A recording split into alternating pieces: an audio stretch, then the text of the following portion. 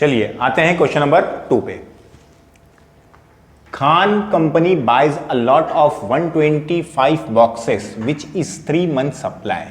Khan company है एक जो 125 बॉक्सेस खरीदती है 3 मंथ के लिए, मतलब 3 मंथ में उनको 3 मंथ में कितने बॉक्स लगते हैं, उनको 125 बॉक्स लगते हैं 3 मंथ में। The cost per box is 125। Cost कितना है हम लोग का 125 रुपीज है, एक बॉक्स का कॉस्ट 125 है। नेक्स्ट है ordering cost is 250। Ordering cost हम लोग को डायरेक्टली दिया हुआ है। The inventory carrying cost is 20% per annum. Carrying cost हम लोग को दिया हुआ है 20% पर एनम। तो आप लोग को मैंने बताया था कि कैरिंग कॉस्ट जब भी परसेंटेज में आएगा तो हम लोग किस पे निकालते हैं, उसको कॉस्ट ऑफ द यूनिट पे निकालते हैं। मतलब एक यूनिट का कॉस्ट कितना है या यूनिट कॉस्ट या परचेस प्राइस जिसको भी हम बोल सकते हैं। तो परचेस प्राइस हम लोग को दिया हुआ है कि कितना है उसका 125 एक बॉक्स का, बराबर ना। चलो आगे बढ़ते हैं। You are required to ascertain, क्या क्या हम लोग को निकालना है, total annual cost of existing inventory policy. अगर जो हम लोग इन्वेंट्री पॉलिसी यूज कर रहे हैं कि 125 बॉक्स एक बार मंगाते हैं तो हम लोग का कॉस्ट कितना होगा। और सेकंड में क्या बोला है, how much money would be saved by employing EOQ, economic order quantity. और अगर हम लोग EOQ अप्लाई कर दें तो कितना पैसा बचा सकते हैं। छोटे अमाउंट्स लिया है, ठीक है ना, मतलब रिक्वायरमेंट बहुत कम लिया है, लेकिन जो बड़ी कंपनियां होती है उसमें रिक्वायरमेंट करोड़ों क्वांटिटी में होता है। तो मतलब एक छोटे से अमाउंट से हम लोग को कैलकुलेशन समझना पड़ेगा कि हम लोग अगर करोड़ों में टर्नओवर कर रहे हैं, मतलब करोड़ों बॉक्सेस का मंगाते हैं या क्वांटिटी मंगाते हैं, तो हम लोग को कितना ज़्यादा फर्क पड़ जाएगा। ठीक है, चलिए देखते हैं। तो हम लोग को, आप लोग को पता है कि यहाँ ये क्वेश्चन में EOQ नहीं निकालने बोला है, लेकिन फिर भी हम लोग को 3 चीज़ें चाहिए रहती है। पहला है हम लोग का A, जिसको हम लोग बोलते हैं एनुअल यूसेज, बराबर है। एनुअल यूसेज क्वेश्चन में दिया हुआ है, लेकिन थोड़ा कंफ्यूज करके दिया है कि 125 बॉक्सेस दिया है, बराबर, लेकिन वो कितने महीने के लिए है, 3 मंथ के लिए। तो 3 महीने में 125, तो साल भर में कितने, क्या करना पड़ेगा, उसको मल्टीप्लाई बाय 4। सर बच्चे बोलेंगे सर कैसा आया, कैसे आया, मतलब साल भर में 3 मंथ, फिर 3 मंथ, फिर 3 मंथ, फिर 3 मंथ, तो कितने बार हो गया, मतलब 4 बार हो गया। तो 125 इंटू 4, वो या तो 125 को कितने बार प्लस कर लो, 4 बार प्लस कर लो, ठीक है ना। तो ये आ गया आपका आंसर। तो रिक्वायरमेंट कितना है, 4 5 20, ये हो जाएगा 500 बॉक्सेस, बराबर है। तो एनुअल रिक्वायरमेंट आ गया। नेक्स्ट रहता है हम लोग को ordering cost per order. Ordering cost per order directly दिया हुआ है ₹250, कोई टेंशन नहीं। Carrying cost per unit per annum, बराबर ना। तो यहाँ पे पर यूनिट नहीं है, यहाँ पे पर बॉक्स पर एनम होगा, क्योंकि यहाँ पे बॉक्सेस दिया हुआ है ना यूनिट में, ठीक है। चलिए, तो आप लोग को पता है कि कैरिंग कॉस्ट किस पे निकलता है, जो परसेंटेज रहता है किस पे निकलता है, वो कॉस्ट ऑफ दी मटेरियल पे निकलता है। मतलब जो भी मटेरियल हम लोग मंगा रहे हैं, जो भी चीज़ मंगा रहे हैं, उसका पर यूनिट कॉस्ट पे निकलता है। तो पर यूनिट कॉस्ट दिया हुआ है कितना है, 125। तो 125 इंटू 20%। जब भी कैरिंग कॉस्ट निकालना है, याद रखना कॉस्ट ऑफ दी मटेरियल, मतलब एक यूनिट का कॉस्ट क्या है उसी से निकालना था। एक यूनिट का कॉस्ट हम लोग को मालूम है, मल्टीप्लाई कर देंगे, कैलसी यूज करेंगे। 125 इंटू 20%, 125 इंटू 20%, तो होता है 25। ये हो गया आपका 25 रुपीज। क्लियर है। हम लोग को यहाँ पे EOQ नहीं निकालने वाला है, क्योंकि पहले क्वेश्चन में क्या बोला है, एग्जिस्टिंग इन्वेंट्री पॉलिसी, जो पॉलिसी वो चल रहा है वही पॉलिसी से अगर वो स्टॉक मंगाएगा तो उसको कितना खर्चा लगेगा। तो खर्चे 3 तरह के होते हैं, हम लोग को मालूम है। टोटल कॉस्ट, बराबर है, जो ज़्यादा असर नहीं करता है क्योंकि यहाँ पे कोई डिस्काउंट वगैरह नहीं है। तो मतलब एक बार में 500 मंगा लो या साल भर में अलग अलग करके मंगाओ। टोटल खर्चा तो बॉक्स मंगाने का 500 है, 500 क्वांटिटी मंगाना है हम लोग को, तो खर्चा तो 500 बॉक्स का लगने ही वाला है। तो उसका कॉस्ट ऑफ दी मटेरियल से कुछ फर्क पड़ता नहीं है। सिर्फ बचे हुए 2 कॉस्ट असर करते हैं, ordering cost, total ordering cost और टोटल कैरिंग कॉस्ट। तो पहले हम लोग निकालते हैं टोटल ऑर्डरिंग कॉस्ट। याद है ना आप लोग को, टोटल ऑर्डरिंग कॉस्ट निकालने से पहले क्या निकालना पड़ता है, number of orders. Very good. तो पहले निकाल लेते हैं हम लोग नंबर ऑफ ऑर्डर्स, ठीक है। नंबर ऑफ ऑर्डर्स निकालने का फॉर्मूला क्या है, A/EOQ मत लिख देना अभी। यहाँ पे क्या लिखो आप लोग, क्वांटिटी ऑर्डर्ड। क्या लिखो, क्वांटिटी ऑर्डर। मैंने बताया था A मतलब एनुअल यूसेज। एनुअल यूसेज हम लोग का कितना है, 500 बॉक्स। क्वांटिटी ऑर्डर का मतलब होता है एक बार में कितनी क्वांटिटी मंगा रहे हैं। यहाँ पे EOQ अप्लाई नहीं कर रहे हैं तो EOQ के बदले हम लोग क्या लिखेंगे, QO। QO मतलब क्वांटिटी ऑर्डर्ड, बहुत लोग Q भी लिखते हैं, जैसा आप लोग की मर्जी है।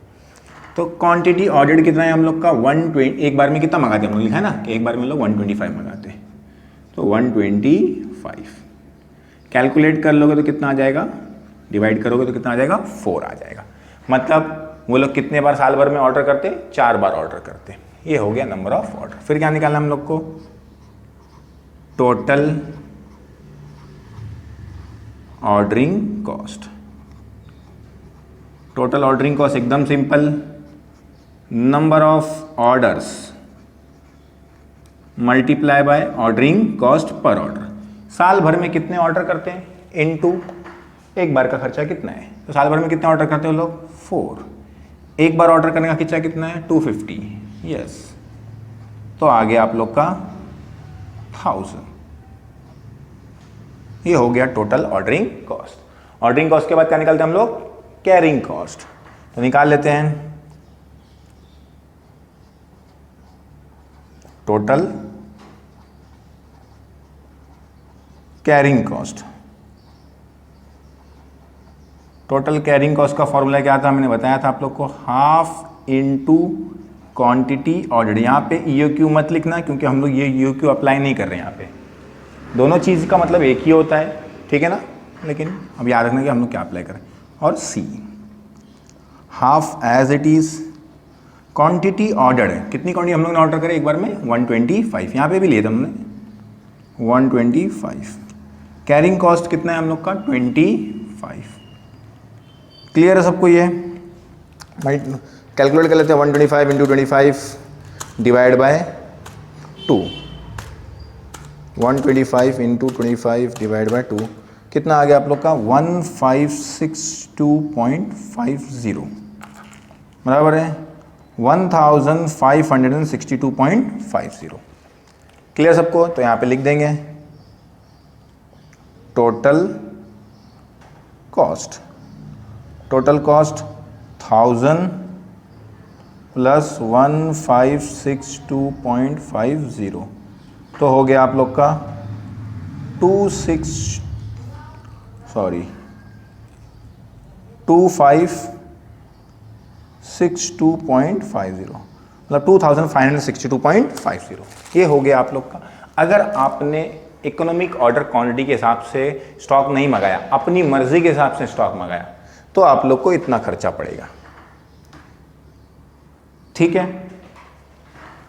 कॉस्ट ऑफ द मटेरियल छोड़ के, हाँ इसमें कॉस्ट ऑफ द मटेरियल नहीं निकाला हम लोगों ने, क्योंकि वो ज़्यादा रोल प्ले नहीं कर रहे हैं। क्योंकि हम लोग चाहे 500 एक बार में मंगा ले, चाहे 100 करके 5 बार में मंगाए, तो खर्चा तो 500 का ही होने वाला है साल भर में, इसलिए उसको हम लोगों ने कैलकुलेशन में नहीं दिए, ठीक है। अब हम लोग को सेकेंड पार्ट, ये हम लोग का फर्स्ट पार्ट था क्वेश्चन का, वो हम लोग का सॉल्व हो गया।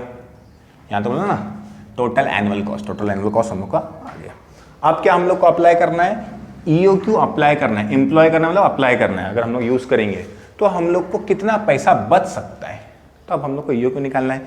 EOQ हम लोग को AOC, हम लोग ऑलरेडी AOC निकाल चुके हैं, वो निकालने की जरूरत नहीं। डायरेक्टली क्या निकालते हैं हम लोग, अभी फॉर्मूला अप्लाई करते हैं। तो फॉर्मूला है economic order quantity is equal to √2AO upon C। तो 2 as it is, annual demand हम लोग को दिया हुआ है कितना है, 500 इंटू O कितना है हम लोग का, 250, और C हम लोग को दिया हुआ है क्वेश्चन में 25। आपके पास कैलसी है, यूज़ कीजिए। 2 into 500 into 250 divide by 25 is equal to 1000, और रूट दबा देंगे तो आ जाएगा आप लोग का, यहाँ पे समझो आया आपका 10,000, और रूट दबा दो तो आपके क्या आ जाएगा 100, क्या बॉक्सेस, क्योंकि हम लोग 100 बॉक्स मंगाएंगे। मतलब क्या है कि पहले हम लोग एक बार में कितने बॉक्स मंगा रहे थे, 125 मंगा रहे थे, 125 मंगा रहे थे, और EOQ ने क्या बोला कि आप लोग कितना मंगाओ, 100 मंगाओ तो सस्ता पड़ेगा। अब उसका अपना, सस्ता तो बोल दिया उसने EOQ के हिसाब से, EOQ अप्लाई करें हमने तो, लेकिन वो अपना रीज़न भी देगा कि क्यों सस्ता पड़ेगा और कितना सस्ता पड़ेगा। उसके लिए हम लोग को आगे का पार्ट सॉल्व करना पड़ेगा, ताकि हमने बताया ना कि जब हम लोग आगे के क्वेश्चन करेंगे, पिछले वीडियो में आप लोग थोड़ा कंफ्यूजन था कि सर कैसा पैसा बच रहा है, तो अभी देखो आप लोग को समझ जाएगा कि ये यूक्यू अप्लाई करे बगैर हमने क्वांटिटी मंगाए, और यहाँ पे क्या अप्लाई कर रहे हैं, यूक्यू अप्लाई कर रहे हैं। यूक्यू अप्लाई नहीं करे तो हम लोग एक बार में 125 मंगा रहे थे, यूक्यू अप्लाई करे अब कितना मंगा रहे, एक बार में 100 मंगा रहे। तो दोनों में कॉस्ट में क्या डिफरेंस आ रहा है, ठीक है ना। अभी तो इतने छोटे क्वांटिटी लिया है, 500 बोल लेके 5 करोड़ बॉक्स पकड़ लोगे तो देखो कितना डिफरेंस हो जाएगा, बराबर ना। तो बड़ी कंपनियों में ही होता है, तो इसलिए छोटे लेवल का दिया आप लोग ताकि आप लोग थोड़ा सॉल्व करने में आसानी हो, कैलसी यूज करने में आसानी हो। चलिए अब पहले हम लोग निकालना रहता है, हम लोग को क्या निकालना रहता है, टोटल ऑर्डरिंग कॉस्ट और टोटल कैरिंग कॉस्ट, बराबर है। लेकिन टोटल ऑर्डरिंग कॉस्ट निकालने से पहले आप लोग को मैंने बताया था क्या निकालना पड़ता है, number of order. Number of order बोलेंगे सर, आप बोलेंगे सर ये तो ऑलरेडी निकला हुआ है, निकला नहीं हुआ है, वो वहाँ पे क्वांटिटी पर ऑर्डर अलग थी, यहाँ पे एक बार में क्वांटिटी ऑर्डर हम लोग की क्या है, अलग है, बराबर है। नंबर ऑफ ऑर्डर का फॉर्मूला ए अपॉन, अभी क्या लिखोगे आप, ई ओ क्यू। ई ओ क्यू मतलब वही एक ही, वही बात है कि एक बार में कितनी क्वांटिटी मंगाते हो, दोनों का मतलब एक ही होता है, कुछ अलग नहीं है, ठीक है। चलो लिख लेते हैं हम लोग। एनुअल डिमांड हम लोग का कितना है, 500, यहाँ पे आप लोग के पास ऑलरेडी है। ई ओ क्यू मतलब एक बार में कितनी क्वांटिटी मंगाते हो, कितना है, 100। क्वांटिटी ऑर्डर्ड और ई ओ क्यू में कोई डिफरेंस नहीं है, ये सिर्फ हम लोग अपनी मर्जी से मंगाते हैं इसलिए क्वांटिटी ऑर्डर बोलते हैं। ये एक फॉर्मूले के बेस पे इसलिए इसको क्या बोलते हैं, ई ओ क्यू बोलते हैं, बस इतना ही फर्क है, ठीक है। चलो तो जब भी ई ओ क्यू अप्लाई करोगे तो क्यू ओ हटा के ई ओ क्यू यूज कर लेने का, ठीक है। चलो कितना आ गया आप लोग का, ये 5 ऑर्डर, बराबर है। मतलब क्या है कि पहले हम लोग कितने ऑर्डर करते थे, 4 ऑर्डर करते थे, बराबर ना। अब ई ओ क्यू अप्लाई करेंगे तो ऑर्डर कितना करना पड़ेगा हम लोग को, 5 बार करना पड़ेगा, क्योंकि एक बार में 100 मंगाते ना, तो 500 मंगाने के लिए कितना लगेगा, 5 बार में, क्लियर। चलो नंबर ऑफ ऑर्डर आ गया तो हम लोग क्या निकालते हैं उसके बाद, total ordering cost. Total ordering cost का फॉर्मूला है number of order into O. Number of orders कितने हैं हमारे, 5, ऑर्डरिंग कॉस्ट कितना है, 250। तो कितना हो गया हम लोग का ये 1250, 1250 रुपये, 1250 रुपीज़, ये होगा टोटल ऑर्डरिंग कॉस्ट। उसके बाद निकालते हैं हम लोग टोटल कैरिंग कॉस्ट।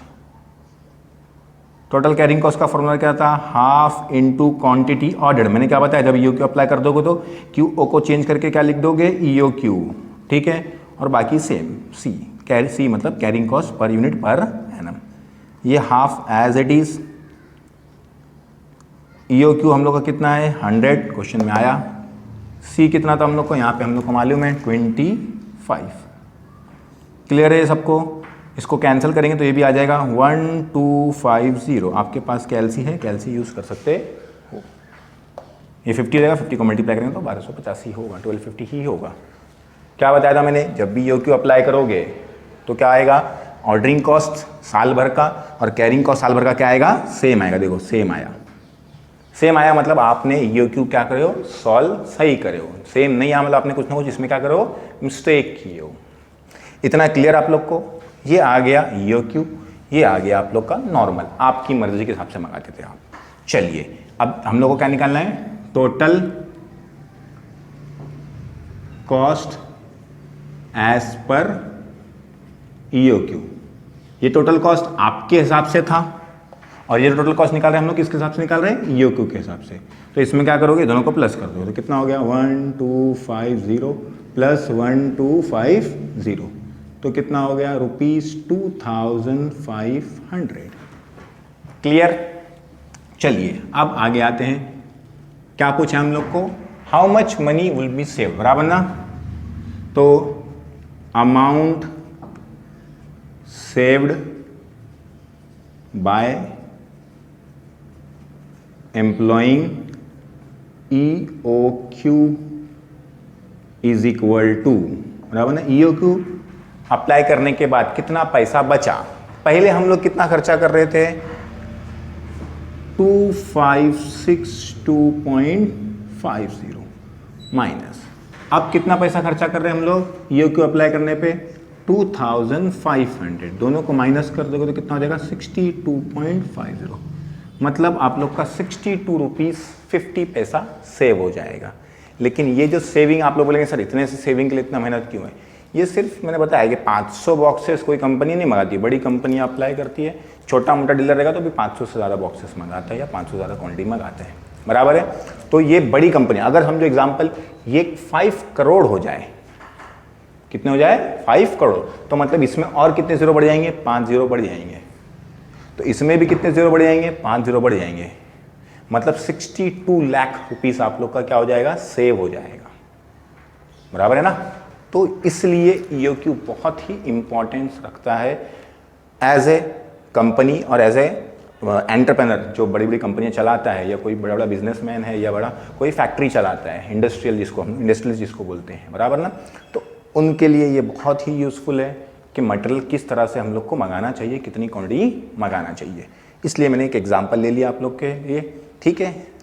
स्क्रीनशॉट लेना है, स्नैपशॉट लेना है, स्क्रीन पॉज करके लिखना है तो आप लोग लिख सकते हैं। ये हो गया हम लोग का टॉपिक EOQ। अगले लेक्चर्स में कोई और टॉपिक लेके आएंगे। अगर वापस बोल रहा हूँ, चैनल सब्सक्राइब नहीं किया है तो चैनल को सब्सक्राइब कर लें, बेल आइकन दबा लें ताकि आने वाले वीडियोस आप लोग को मिलते रहें। और वीडियो अच्छा लगा तो आप कमेंट करके बताएं और अपने फ्रेंड से भी शेयर कीजिए। Thank you very much.